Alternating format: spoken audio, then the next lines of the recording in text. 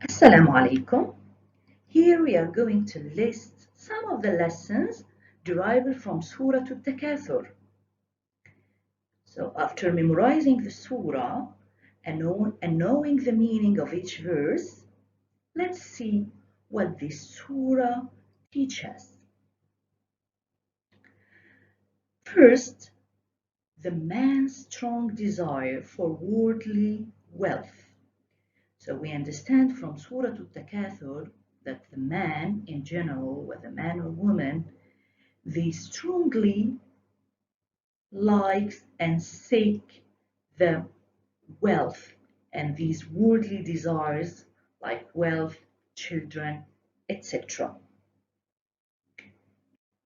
Also, one of the lessons of Surah At-Takathur is the consequences of running after worldly wealth, which means what are the results that the running, after the worldly wealth leads to. For the man's strong desires, first of all, he is trying to amass worldly comforts, distracts one from striving for the hereafter. Means the children, the wealth, all the desires in this life can distract people from the obedience of Allah and from worshipping Allah.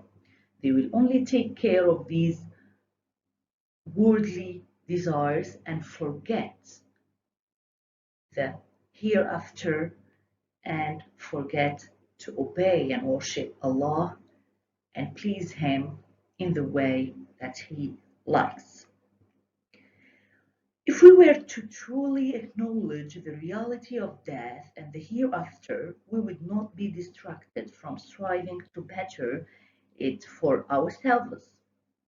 So, for those who will think and show their obedience to Allah and their piety to Allah, these worldly wealth will not distract them from the way of Allah. So as we can understand here that there are two kinds of people.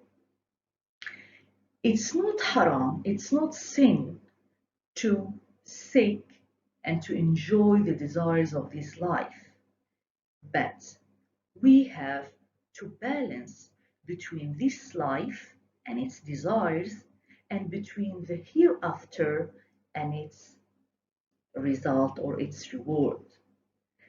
So we can enjoy wealth, we can run behind wealth, we can enjoy children, all what we want in this life, but with the piety and obedience and acts of worship. We have to think about Allah, we have to think about the hereafter while you are enjoying your life. If no, we will lose both our life and our hereafter. The reality will definitely strike once we are made to see Jahannam. People who forgot about, the obedience of Allah in this life, they will only realize that they missed the chance to be in paradise once they are in the day of judgment and once they are faced with their fate, which is Jahannam.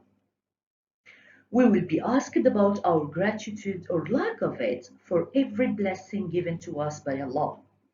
As I said, we are enjoying many blessings in this life, but the day of judgment, Allah will ask us about each one of it. How did we get it and how did we expense it, etc.